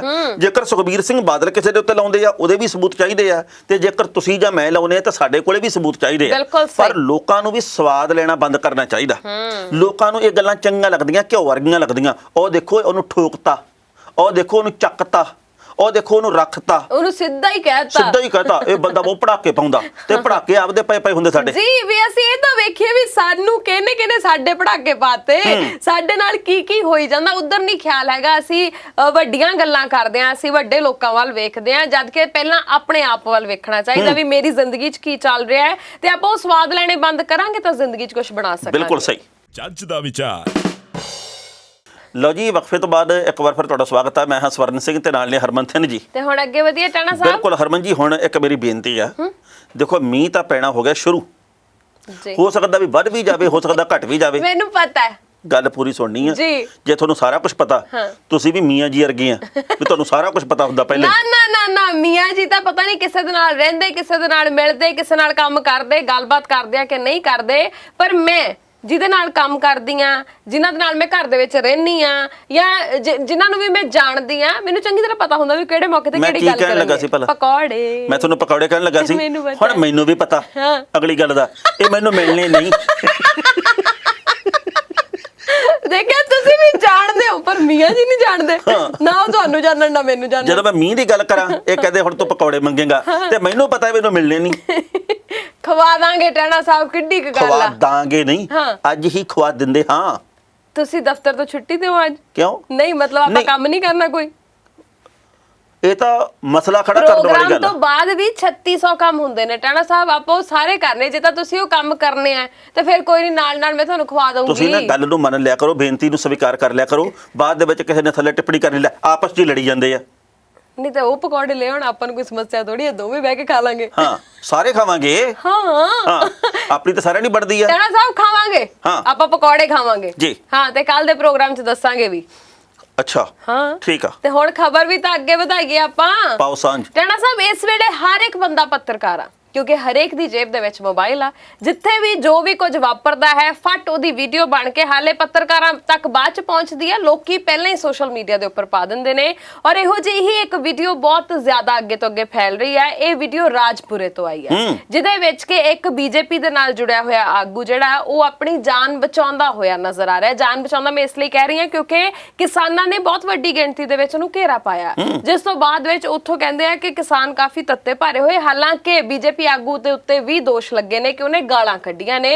ਸੋ ਜੋ ਵੀ ਸੱਚਾਈ ਹੈ ਉਹ ਚਲੋ ਸਮੇਂ ਦੇ ਨਾਲ ਸਾਹਮਣੇ ਆਈ ਜਾਊਗੀ, ਪਰ ਇਸ ਵੇਲੇ ਸਾਰੀ ਹੀ ਪਾਰਟੀਆਂ ਦੇ ਸਾਰੇ ਹੀ ਜਿਹੜੇ ਨੁਮਾਇੰਦੇ ਨੇ, ਉਹਨਾਂ ਦੇ ਲਈ ਸੰਕਟ ਦਾ ਸਮਾਂ ਹੈ। ਦੇਖੋ, ਪਹਿਲੀ ਗੱਲ ਤਾਂ ਇਹ ਆ ਵੀ ਜਦੋਂ ਅਸੀਂ ਵੀਡੀਓ ਦੇਖੀ ਜਿਹਦੇ ਵਿੱਚ ਬੀਜੇਪੀ ਦੇ ਨੇਤਾ ਭੱਜ ਰਹੇ ਆ ਮੂਹਰੇ, ਤੇ ਕਿਸਾਨ ਮਗਰ ਆ ਤੇ ਪੁਲਿਸ ਵਿਚਾਲੇ ਆ ਉਹਨੂੰ ਬਚਾਉਣ ਦੀਆਂ ਕੋਸ਼ਿਸ਼ਾਂ ਦੇ ਵਿੱਚ, ਉਹ ਵੇਖ ਕੇ ਇਉਂ ਲੱਗਦਾ ਸੀ ਵੀ ਕੁਝ ਕੁ ਸਕਿੰਟਾਂ ਬਾਅਦ ਮਲੋਟ ਕਾਂਡ ਵਾਪਰਨ ਵਾਲਾ, ਜਿਵੇਂ ਪਹਿਲਾਂ ਕੁਝ ਹੋਇਆ ਸੀ। ਪਰ ਅਸੀਂ ਫੇਰ ਇਹ ਬੇਨਤੀ ਕਰਦੇ ਵੀ ਕਿਸੇ ਦੇ ਨਾਲ ਵੀ ਕੋਈ ਹਿੰਸਕ ਵਰਤਾਰਾ ਨਾ ਹੋਵੇ, ਨਾ ਕਿਸਾਨ ਦੇ ਉੱਤੇ ਅਤਿਆਚਾਰ ਹੋਵੇ, ਨਾ ਕਿਸੇ ਪਾਰਟੀ ਦੇ ਨੇਤਾ ਦੇ ਉੱਤੇ ਹੋਵੇ, ਪਰ ਕਿਸਾਨਾਂ ਨੂੰ ਚੜਾਉਣਾ ਵੀ ਬੰਦ ਕੀਤਾ ਜਾਵੇ। ਜਦੋਂ ਕਿਸਾਨਾਂ ਨੇ ਇਹ ਬੇਨਤੀ ਕੀਤੀ ਆ ਹਜ਼ਾਰਾਂ ਵਾਰ ਵੀ ਜਿੰਨੀ ਦੇਰ ਤੱਕ ਖੇਤੀ ਕਾਨੂੰਨ ਰੱਦ ਨਹੀਂ ਹੁੰਦੇ, ਸਾਡੇ ਮਸਲੇ ਦਾ ਹੱਲ ਢੁਕਵਾਂ ਨਹੀਂ ਹੁੰਦਾ, ਮੀਟਿੰਗ ਸਾਡੀ ਕੇਂਦਰ ਦੇ ਮੰਤਰੀਆਂ ਨਾਲ ਨਹੀਂ ਕਰਾਉਂਦੇ, ਉਨੀ ਦੇਰ ਤੱਕ ਅਸੀਂ ਪੰਜਾਬ ਦੇ ਵਿੱਚ ਕੋਈ ਪ੍ਰੋਗਰਾਮ ਨਹੀਂ ਕਰਨ ਦੇਣਾ, ਤੇ ਫਿਰ ਆਪਾਂ ਨਾ ਕਰੀਏ। ਇਹ ਸਾਡੇ ਲਈ ਵੀ ਜ਼ਰੂਰੀ ਹੈ ਤੇ ਬਾਕੀਆਂ ਦੇ ਲਈ ਵੀ। ਦੂਜੀ ਗੱਲ ਇਹ ਹੈ, ਕਿਸਾਨਾਂ ਨੇ ਇਹ ਦੋਸ਼ ਲਾਇਆ ਵੀ ਬੀਜੇਪੀ ਦੇ ਇੱਕ ਆਗੂ ਨੇ ਉੱਥੇ ਪਿਸਤੌਲ ਕੱਢ ਲਿਆ। ਅੱਛਾ ਜੀ। ਉਹ ਸਾਨੂੰ ਵਿਖਾਉਂਦਾ ਸੀ, ਡਰਾਉਂਦਾ ਸੀ, ਤੇ ਇਸ ਕਰਕੇ ਅਸੀਂ ਭੜਕੇ ਆ। ਬੀਜੇਪੀ ਦੇ ਆਗੂ ਦੇ ਵੱਲੋਂ ਗੱਲ ਕਹੀ ਗਈ ਹੈ ਵੀ ਡੀਐਸਪੀ ਦੇ ਇਸ਼ਾਰੇ ਦੇ ਉੱਤੇ ਸਾਡੇ ਤੇ ਹਮਲਾ ਹੋਇਆ, ਪਰ ਬਹੁਤ ਖਤਰਨਾਕ ਮਾਹੌਲ ਸੀਗਾ। ਇਉਂ ਲੱਗਦਾ ਸੀ ਵੀ ਇੱਥੇ ਕੁਝ ਵੀ ਵਾਪਰ ਸਕਦਾ। ਸੋ ਬੀਜੇਪੀ ਦੇ ਨੇਤਾਵਾਂ ਨੂੰ ਹੱਥ ਜੋੜ ਕੇ ਬੇਨਤੀ ਹੈ ਵੀ ਦੇਖੋ, ਪੰਜਾਬ ਸਾਡਾ, ਤੁਹਾਡਾ, ਸਭ ਦਾ ਆਪਣਾ। ਪੰਜਾਬ ਦੇ ਵਿੱਚ ਅਮਨ ਸ਼ਾਂਤੀ ਬਰਕਰਾਰ ਰੱਖਣੀ ਮੇਰੀ, ਤੁਹਾਡੀ, ਸਭ ਦੀ ਜ਼ਿੰਮੇਵਾਰੀ ਹੈ। ਪਰ ਆਪਾਂ ਇਕੱਲਾ ਇਹੀ ਨਾ ਕਹੀ ਜਾਗੇ ਇਹ ਤਾਂ ਕਾਂਗਰਸੀ ਹਨ, ਇਹ ਤਾਂ ਆਪ ਵਾਲੇ ਹਨ, ਇਹ ਤਾਂ ਫਲਾਣੀ ਪਾਰਟੀ ਦੇ ਭੇਜੇ ਹੋਏ ਹਨ, ਇਹ ਤਾਂ ਜੀ ਵਿਗੜੇ ਹੋਏ ਹਨ, ਇਹ ਤਾਂ ਗੁੰਡੇ ਹਨ, ਇਹ ਬਦਮਾਸ਼ ਹਨ, ਇਹ ਤਾਂ ਇਦਾਂ ਦੇ ਹਨ, ਉਦਾਂ ਦੇ ਹਨ। ਕਿਸਾਨਾਂ ਨੂੰ ਕਿਸਾਨ ਸਮਝ ਕੇ ਉਹਨਾਂ ਦੀ ਥਾਂ ਦੇ ਉੱਤੇ ਖੜ ਕੇ ਵੀ ਸੋਚੋ। ਬਹੁਤ ਸਾਰੀਆਂ ਥਾਵਾਂ ਦੇ ਉੱਤੇ ਇਹ ਅੱਜ ਵਿਰੋਧ ਇਸ ਕਰਕੇ ਵੀ ਹੋ ਰਿਹਾ ਕਿਉਂਕਿ ਆਪਾਂ ਕਿਸਾਨਾਂ ਬਾਰੇ ਅਸਭਿਅਕ ਸ਼ਬਦਾਵਲੀ ਵਰਤਦੇ ਆ। ਅਸੀਂ ਤਪਿਆਂ ਨੂੰ ਤਪਾਉਣ ਦੇ ਲਈ, ਖਿਜਾਂ ਨੂੰ ਖਿਜਾਉਣ ਦੇ ਲਈ ਕੰਮ ਕਰਦੇ ਆ। ਬਿਲਕੁਲ। ਦੇਖੋ, ਦੋਵਾਂ ਪੱਖਾਂ ਦੇ ਉੱਪਰ ਇਹ ਗੱਲ ਲਾਗੂ ਹੁੰਦੀ ਹੈ ਕਿ ਤਰਕ ਨਾਲ ਗੱਲ ਕਰੋ। ਤੁਸੀਂ ਆਪਣੀ ਗੱਲਬਾਤ ਦੇ ਨਾਲ ਕਿਸੇ ਨੂੰ ਸਹਿਮਤ ਜਾਂ ਅਸਹਿਮਤ ਕਰ ਸਕਦੇ ਹੋ, ਤੁਸੀਂ ਗੱਲਬਾਤ ਦੇ ਨਾਲ ਮਸਲੇ ਦਾ ਹੱਲ ਕਰ ਸਕਦੇ ਹੋ, ਪਰ ਕਿਸੇ ਦੇ ਉੱਪਰ ਵੀ ਹੱਥ ਚੁੱਕਣਾ, ਕਿਸੇ ਨੂੰ ਪਿਸਤੌਲ ਦਿਖਾਉਣਾ, ਕਿਸੇ ਨੂੰ ਚੜਾਉਣਾ, ਕਿਸੇ ਨੂੰ ਇਹ ਕਹਿਣਾ ਵੀ ਜਾਓ ਫਿਰ ਕਰ ਲਓ ਜੋ ਹੁੰਦਾ ਤੁਹਾਡੇ ਤੋਂ, ਜਿਵੇਂ ਵਾਰ-ਵਾਰ ਜਿੰਨੇ ਵੀ ਇਹ ਨੇਤਾ ਜੁੜੇ ਹੋਏ ਨੇ ਭਾਜਪਾ ਦੇ ਨਾਲ, ਉਹਨਾਂ ਦੇ ਵੱਲੋਂ ਬਿਆਨ ਆਉਂਦੇ ਨੇ, ਖਾਸ ਤੌਰ ਤੇ ਹਰਜੀਤ ਗਰੇਵਾਲ ਹੋਰਾਂ ਦੇ ਜਿੱਦਾਂ ਦੇ ਬਿਆਨ ਨੇ, ਜਿਆਣੀ ਸਾਹਿਬ ਦੇ ਜਿੱਦਾਂ ਦੇ ਬਿਆਨ ਨੇ, ਇਹ ਭੜਕਾਉਣ ਵਾਲੇ ਬਿਆਨ ਨੇ, ਤੇ ਇਹ ਬਿਆਨ ਵੀ ਰੋਕਣੇ ਚਾਹੀਦੇ ਨੇ। ਅਸੀਂ ਕਿਸੇ ਦੇ ਨਾਲ ਤਰਕ ਦੇ ਨਾਲ ਗੱਲ ਕਰ ਸਕਦੇ ਕਰਦੇ ਆ। ਇਹ ਨਹੀਂ ਕਿ ਅਸੀਂ ਜੇਕਰ ਸਾਡੇ ਹੱਥ ਦੇ ਵਿੱਚ ਸੱਤਾ ਹੈ ਤਾਂ ਕਿਸੇ ਨੂੰ ਵੀ ਚੜਾਈ ਜਾਈਏ, ਕਿਸੇ ਨੂੰ ਵੀ ਕਹੀਏ ਜਾਓ ਕਰ ਲਓ, ਜੋ ਹੁੰਦਾ ਫਿਰ ਕਰ ਲਿਓ, ਹਨਾ। ਗੱਲ ਇਹ ਹੈ ਵੀ ਉਹਨਾਂ ਨੂੰ ਵੀ ਇਦਾਂ ਨਹੀਂ ਕਰਨਾ ਚਾਹੀਦਾ ਤੇ ਇਹਨਾਂ ਨੂੰ ਵੀ ਇਦਾਂ ਨਹੀਂ ਕਰਨਾ ਚਾਹੀਦਾ। ਆਪਾਂ ਇੱਥੇ ਹੀ ਰਹਿਣਾ। ਸੱਚ ਸੁਣ ਕੇ ਰਾਜ਼ੀ ਕੋਈ ਨਹੀਂ। ਇੱਥੇ ਕਿਸਾਨਾਂ ਦੇ ਹੱਕ ਦੇ ਵਿੱਚ ਕਿਹੜੀ ਗੱਲ ਸੁਣਨੀ ਆ? ਕਿਸਾਨੀ ਦੀ ਕਿਹਨੇ ਬਾਤ ਪੁੱਛਣੀ ਆ? 25 ਸਾਲਾਂ ਤੋਂ ਜਿਹੜਾ ਬੰਦਾ ਪਾਰਟੀ ਦੇ ਵਿੱਚ ਆ ਉਹਦੀ ਬਾਤ ਨਹੀਂ ਪੁੱਛੀ, ਉਹਨੂੰ ਕੱਢ ਕੇ ਪਾਰਟੀ ਚੋਂ 6 ਵਰਿਆਂ ਵਾਸਤੇ ਬਾਹਰ ਮਾਰਿਆ। ਤੇ ਕਸੂਰ ਪਤਾ ਉਹਦਾ ਕੀ ਆ? ਵੀ ਉਹ ਇਹ ਗੱਲ ਕਹਿੰਦਾ ਵੀ ਕਿਸਾਨੀ ਮਸਲਾ ਹੱਲ ਹੋਵੇ ਤੇ ਸਾਡੀ ਪਾਰਟੀ ਪੰਜਾਬ ਦੇ ਵਿੱਚ ਪੱਕੇ ਪੈਰੀਂ ਤਾਂ ਹੋਊਗੀ। ਅਨਿਲ ਜੋਸ਼ੀ ਨੇ ਇਹੀ ਗੱਲ ਕਹੀ ਸਮੇਂ-ਸਮੇਂ ਤੇ ਵੀ ਅਸੀਂ ਕਮਰਿਆਂ ਦੇ ਵਿੱਚ ਤੜੇ ਬੈਠੇ ਆ, ਬਾਹਰ ਅਸੀਂ ਗਨਮੈਨ ਖੜਾਏ ਆ। ਜਿੰਨੀ ਦੇਰ ਤੱਕ ਅਸੀਂ ਕਮਰਿਆਂ ਦੇ ਵਿੱਚੋਂ ਬਾਹਰ ਨਿਕਲ ਕੇ ਪਾਰਟੀ ਦਾ ਪ੍ਰਚਾਰ ਨਹੀਂ ਕਰਾਂਗੇ, ਜ਼ਮੀਨ ਦੇ ਉੱਤੇ ਅਸੀਂ ਜਿੱਤਾਂਗੇ ਕਿਵੇਂ? ਤੇ ਬਾਹਰ ਅਸੀਂ ਨਿਕਲ ਨਹੀਂ ਸਕਦੇ ਕਿਉਂਕਿ ਕਿਸਾਨ ਸਾਨੂੰ ਉਡੀਕੀ ਜਾਂਦੇ ਆ। ਅੰਦਰ ਬੈਠੇ ਅਸੀਂ ਦਾਅਵੇ ਇਹ ਕਰਦੇ ਆ ਕਿ 117 ਦੀਆਂ 117 ਸੀਟਾਂ ਤਾਂ ਸਾਡੀਆਂ ਹੀ ਨੇ। ਤੇ ਉਸ ਬੰਦੇ ਨੂੰ ਪਾਰਟੀ ਚੋਂ ਬਾਹਰ ਕੱਢਤਾ, ਉਹਨੂੰ ਬਾਹਰ ਕੱਢੇ ਤੇ ਮਸਲੇ ਜੇਕਰ ਹੱਲ ਹੁੰਦੇ ਆ ਤਾਂ 5-7 ਹੋਰ ਵੀ ਕੱਢ ਦਿਓ। ਪਰ ਬੇਨਤੀ ਹੈ ਵੀ ਆਪ ਬਾਹਰ ਨਿਕਲ ਕੇ ਮਸਲੇ ਦਾ ਹੱਲ ਕੱਢਣ ਦੇ ਬਾਰੇ ਸੋਚੀਏ। ਜੀ ਬਿਲਕੁਲ। ਜੱਜ ਦਾ ਵਿਚਾਰ। ਹਰਮਨ ਜੀ, ਮੈਨੂੰ ਨਾ ਇਸ ਗੱਲ ਦੀ ਥੋੜੀ ਜਿਹੀ ਤਸੱਲੀ ਹੋਈ ਹੈ ਵੀ ਪੰਜਾਬ ਦੇ ਲੋਕ ਹੁਣ ਜਾਗਣਾ ਸ਼ੁਰੂ ਕਰ ਚੁੱਕੇ ਆ। ਪੰਜਾਬ ਦੇ ਲੋਕਾਂ ਦਾ ਵੱਡਾ ਹਿੱਸਾ ਹੁਣ ਤੱਕ ਤਾਂ ਲਕੀਰ ਦਾ ਫਕੀਰ ਰਿਹਾ, ਪਰ ਪਤਾ ਨਹੀਂ ਕਿੰਨੀ ਕੁ ਦੇਰ ਤੱਕ ਜਾਗ ਰਹੂਗੀ। ਮੈਂ ਦਾਅਵਾ ਨਹੀਂ ਕਰ ਸਕਦਾ ਵੀ ਚੋਣਾਂ ਤੱਕ ਇਉਂ ਹੀ ਰਹਿਣਗੇ, ਪਰ ਮੈਨੂੰ ਇਉਂ ਪ੍ਰਤੀਤ ਹੁੰਦਾ ਵੀ ਪੰਜਾਬ ਦੇ ਲੋਕ ਥੋੜੇ ਜਿਹੇ ਸੁਜੱਗ ਹੋਏ ਆ। ਹੁਣ ਆਮ ਆਦਮੀ ਪਾਰਟੀ ਦੀ ਇੱਕ ਵਿਧਾਇਕਾ ਜਗਰਾਉਂ ਦੇ ਇੱਕ ਪਿੰਡ ਦੇ ਵਿੱਚ ਗਈ, ਪਿੰਡ ਦੇ ਲੋਕਾਂ ਨੇ ਘੇਰ ਲਈ। ਉਹ ਕਹਿੰਦੇ ਵੀ ਸਾਨੂੰ ਇਹ ਦੱਸੋ ਵੀ ਜਦੋਂ ਤੋਂ ਤੁਸੀਂ ਵਿਧਾਇਕ ਬਣੇ ਹੋ ਉਦੋਂ ਤੋਂ ਲੈ ਕੇ ਹੁਣ ਤੱਕ ਹਲਕੇ ਦੇ, ਸਾਡੇ ਪਿੰਡ ਦੇ, ਇਲਾਕੇ ਦੇ ਕਿਹੜੇ-ਕਿਹੜੇ ਮਸਲੇ ਹੱਲ ਕੀਤੇ ਆ? ਹੁਣ ਤੁਸੀਂ ਇੱਕੋ ਗੱਲ ਕਹੀ ਜਾਂਦੇ ਸਾਡੀ ਤਾਂ ਸਰਕਾਰ ਨਹੀਂ ਗੀ, ਸਾਡੀ ਪੇਸ਼ ਨਹੀਂ ਚੱਲਦੀ ਗੀ। ਹੁਣ ਤੁਸੀਂ ਵੋਟਾਂ ਮੰਗਣਾ ਉਹਨੇ ਅਗਲੀ ਵਾਰ ਦੇ ਲਈ, ਪਰ ਜੋ ਪਿਛਲੀ ਵਾਰ ਮੰਗੀਆਂ ਸੀ ਉਹਦਾ ਕੀ ਬਣਿਆ ਪਹਿਲਾਂ ਇਹ ਦੱਸੋ। ਥਾਂ ਦੇ ਉੱਤੇ ਕਾਂਗਰਸ ਦੇ ਵਿਧਾਇਕਾਂ ਨੂੰ ਵੀ ਘੇਰਾ ਪੈ ਰਿਹਾ। ਕਦੇ ਖਬਰ ਆਉਂਦੀ ਹੈ ਜੀ ਕਿ ਦਵਿੰਦਰ ਸਿੰਘ ਘੁਬਾਇਆ ਨੂੰ ਘੇਰਿਆ, ਕਦੇ ਕਿਸੇ ਨੂੰ ਘੇਰਿਆ। ਉਹ ਲੋਕ ਪੁੱਛਦੇ ਵੀ ਇਹ ਦੱਸੋ ਵੀ ਤੁਸੀਂ ਬਤੌਰ ਵਿਧਾਇਕ ਹੁਣ ਤੱਕ ਸਾਡੇ ਮਸਲੇ ਕਿਹੜੇ-ਕਿਹੜੇ ਹੱਲ ਕੀਤੇ ਆ? ਤੇ ਮੇਰੀ ਪੰਜਾਬ ਦੇ ਲੋਕਾਂ ਨੂੰ ਹੱਥ ਜੋੜ ਕੇ ਬੇਨਤੀ ਹੈ, ਭਾਵੇਂ ਕੋਈ ਅਕਾਲੀ ਦਲ ਦਾ ਆਗੂ ਆ, ਭਾਵੇਂ ਬੀਜੇਪੀ ਦਾ, ਭਾਵੇਂ ਕਾਂਗਰਸ ਦਾ, ਭਾਵੇਂ ਲੋਕ ਇਨਸਾਫ ਪਾਰਟੀ ਦਾ ਤੇ ਭਾਵੇਂ ਹੈਗਾ ਆਮ ਆਦਮੀ ਪਾਰਟੀ ਦਾ, ਇਹ ਜਿੰਨੇ ਵੀ ਵਿਧਾਇਕ ਆ, ਜਿੰਨੇ ਵੀ ਮੰਤਰੀ ਆ, ਜਿੰਨੇ ਵੀ ਲੋਕ ਸਭਾ ਦੇ ਮੈਂਬਰ ਆ, ਇਹਨਾਂ ਨੂੰ ਤੁਸੀਂ ਤਰਕ ਦੇ ਨਾਲ ਸਵਾਲ ਜ਼ਰੂਰ ਕਰੋ। ਇਹਨਾਂ ਦੇ ਉੱਤੇ ਹਮਲੇ ਦੀ ਗੱਲ ਬਿਲਕੁਲ ਨਾ ਸੋਚੋ, ਪਰ ਇਹਨਾਂ ਨੂੰ ਵਿਚਾਲੇ ਬਿਠਾ ਕੇ ਕੁਰਸੀ ਦਿਓ। ਇਹਨਾਂ ਨੂੰ ਕਹੋ ਇੱਥੇ ਬੈਠੋ ਜੀ, ਸਾਡੇ ਕੱਲੇ ਸਵਾਲ ਦਾ ਉੱਤਰ ਦਿਓ ਵੀ ਤੁਹਾਨੂੰ ਇੰਨਾ ਲੰਮਾ ਸਮਾਂ ਹੋ ਗਿਆ ਸਾਡੀਆਂ ਵੋਟਾਂ ਦੇ ਸਿਰ ਦੇ ਉੱਤੇ ਆਨੰਦ ਮਾਣਦਿਆਂ, ਤੁਸੀਂ ਹਲਕੇ ਦੇ ਲਈ ਕੀਤਾ ਕੀ ਆ?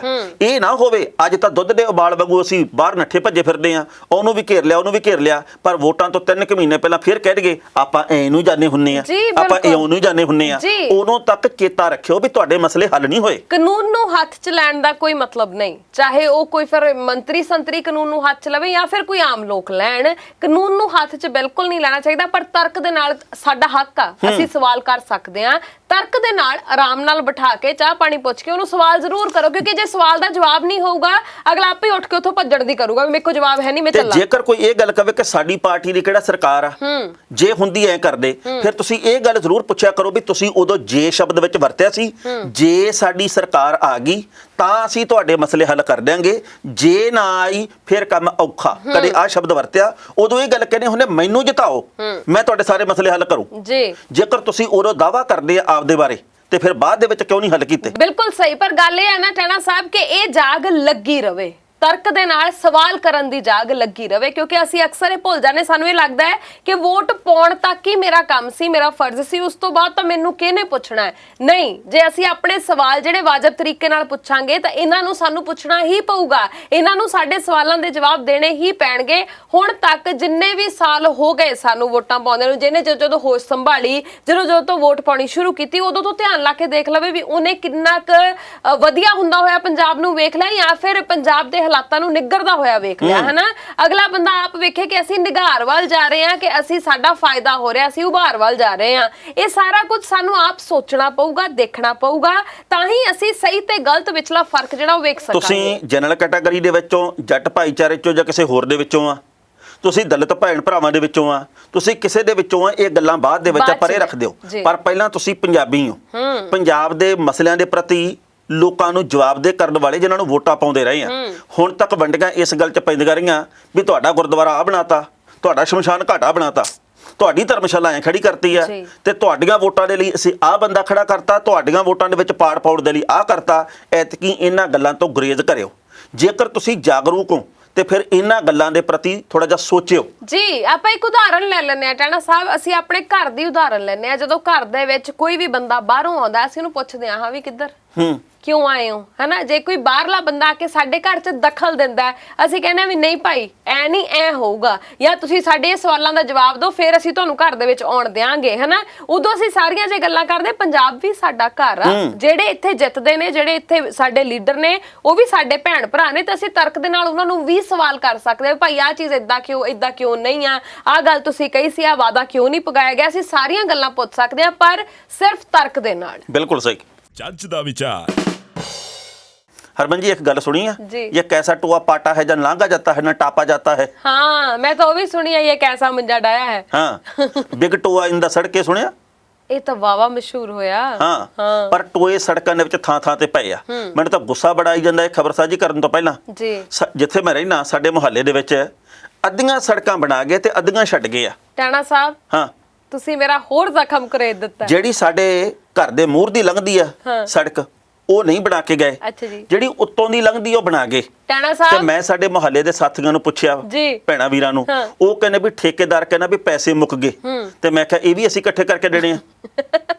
ਨਹੀਂ ਉਹਨਾਂ ਨੂੰ ਪਤਾ ਲੱਗ ਗਿਆ ਹੋਣਾ ਵੀ ਆਹ ਵਾਲੇ ਬੰਨੇ ਟਾਣਾ ਰਹਿੰਦਾ ਵੀ ਇਹਦੇ ਕੋਲ ਮੁੱਦਾ ਮੁੱਕ ਜਾਣਾ ਕੋਈ ਗੱਲ ਕਰਨ ਨੂੰ, ਇਸ ਲਈ ਮੁੱਦਾ ਦੇ ਗਏ ਨੇ ਤੁਹਾਨੂੰ। ਤੇ ਬਾਕੀ ਮੇਰਾ ਜਿਹੜਾ ਜ਼ਖਮ ਤੁਸੀਂ ਕਰੇਦਿਆ, ਸਾਡੇ ਸੁੱਖ ਨਾਲ ਵਿਕਾਸ ਹੋ ਰਿਹਾ ਬਹੁਤ।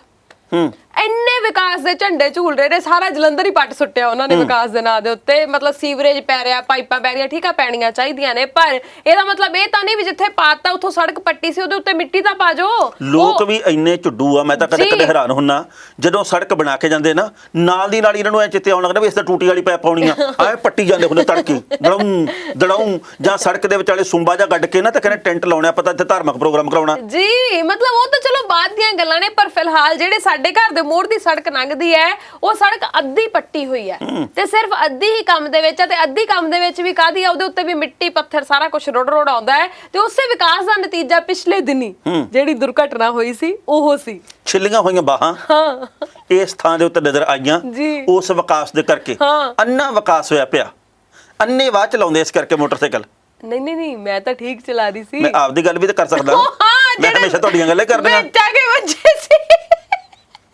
ਮੈਂ ਤਾਂ ਗਾਣਾ ਗਾਉਣਾ, ਸਾਡੀ ਪਿੱਠ ਤੇ ਜਿੰਨੇ ਵਾਰ ਹੋਏ ਸਭ ਕੀਤੇ ਜਿਗਰੀ ਯਾਰਾਂ ਨੇ। ਹਾਂ ਬਿਲਕੁਲ ਸਹੀ ਹੈ। ਜਦੋਂ ਮੈਂ ਸੜਕ ਦੇ ਵਿਚਾਲੇ ਡਿੱਗਿਆ ਨਾ, ਹਾਂ ਲੋਕੀ ਵੀ ਤਾਂ ਕਹਿੰਦੇ ਸੀ। ਲੋਕੀ ਕੀ ਕਹਿੰਦੇ ਸੀ ਦੱਸ ਦੋ। ਅਸਲ ਦੇ ਵਿੱਚ ਨਾ ਜਦੋਂ ਤੁਸੀਂ ਡਿੱਗੇ ਪਏ ਹੁੰਨੇ ਆ ਜੀ, ਉਦੋਂ ਕਈ ਤਰ੍ਹਾਂ ਦੀਆਂ ਗੱਲਾਂ ਤੁਹਾਡੇ ਕੰਨ 'ਚ ਪੈਂਦੀਆਂ, ਪਰ ਉਦੋਂ ਤੁਸੀਂ ਬੇਵੱਸ ਹੁੰਨੇ ਆ।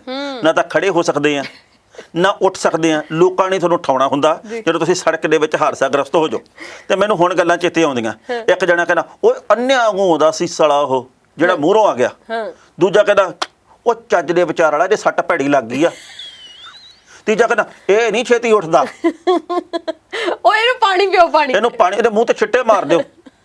ਵੀ ਸਭ ਦੇ ਆਪੋ ਆਪਣੇ ਵਿਚਾਰ, ਪਰ ਤੁਹਾਨੂੰ ਬਾਅਦ ਦੇ ਵਿੱਚ ਗੱਲਾਂ ਚੇਤੇ ਆਉਂਦੀਆਂ ਵੀ ਮੇਰੇ ਬਾਰੇ ਕੀ ਗੱਲਾਂ ਪਰ ਪਈਆਂ। ਮੈਂ ਕਹਿੰਦੀ ਆ ਫਿਰ ਵੀ ਉਹਨਾਂ ਲੋਕਾਂ ਦੇ ਸ਼ਾਬਾਸ਼ ਹੈ ਜਿਹੜੇ ਵਿਚਾਰੇ ਘੱਟੋ ਘੱਟ ਚੁੱਕਦੇ ਤਾਂ ਨੇ ਸੜਕ ਦੇ ਵਿੱਚੋਂ। ਨਹੀਂ ਤਾਂ ਅਸੀਂ ਬਹੁਤੀ ਵਾਰ ਵੇਖਦੇ ਆ ਕਿ ਹਾਦਸਾ ਇੰਨਾ ਭਿਆਨਕ ਨਹੀਂ ਹੁੰਦਾ ਤੇ ਲੋਕ ਵੀਡੀਓ ਬਣਾਉਣ ਲੱਗ ਜਾਂਦੇ ਆ। ਜੀ ਬਿਲਕੁਲ। ਤੇ ਸੜਕ ਦੇ ਵਿਚਾਲੇ ਪਏ ਹੋਣ ਦਾ ਕਰਕੇ ਕਈ ਵਾਰ ਇੱਕ ਹੋਰ ਦੁਰਘਟਨਾ ਜਿਹੜੀ ਉਹ ਵਾਪਰ ਜਾਂਦੀ ਹੈ। ਸੋ ਸ਼ੁਕਰੀਆ ਉਹਨਾਂ ਲੋਕਾਂ ਦਾ ਜਿਹੜੇ ਵਾਕਈ ਚੁੱਕਦੇ ਨੇ, ਪੁੱਛਦੇ ਨੇ, ਪਾਣੀ ਪੁੱਛਦੇ ਨੇ, ਹਨਾ ਜੀ। ਤੇ ਬਾਕੀ ਟਾਣਾ ਸਾਹਿਬ ਆਪਾਂ ਜਿਹੜੀ ਗੱਲ ਕਰਨ ਲੱਗੇ ਸੀ ਹੈਦਰਾਬਾਦ ਦੀ, ਉਹ ਵੀ ਟੋਇਆਂ ਨਾਲ ਜੁੜੀ ਹੋਈ ਹੈ। ਹੈਦਰਾਬਾਦ ਦੇ ਵਿੱਚ ਇੱਕ ਜੋੜਾ, ਬਜ਼ੁਰਗ ਜੋੜਾ, 70 ਸਾਲ ਤੋਂ ਉੱਪਰ ਉਮਰ ਆ, ਮੀਆਂ ਬੀਵੀ ਦੀ। ਜਿਹੜਾ ਬੰਦਾ ਉਹ ਹੋਇਆ ਰੇਲਵੇ ਵਿਭਾਗ ਦੇ ਵਿੱਚੋਂ ਸੇਵਾ ਮੁਕਤ।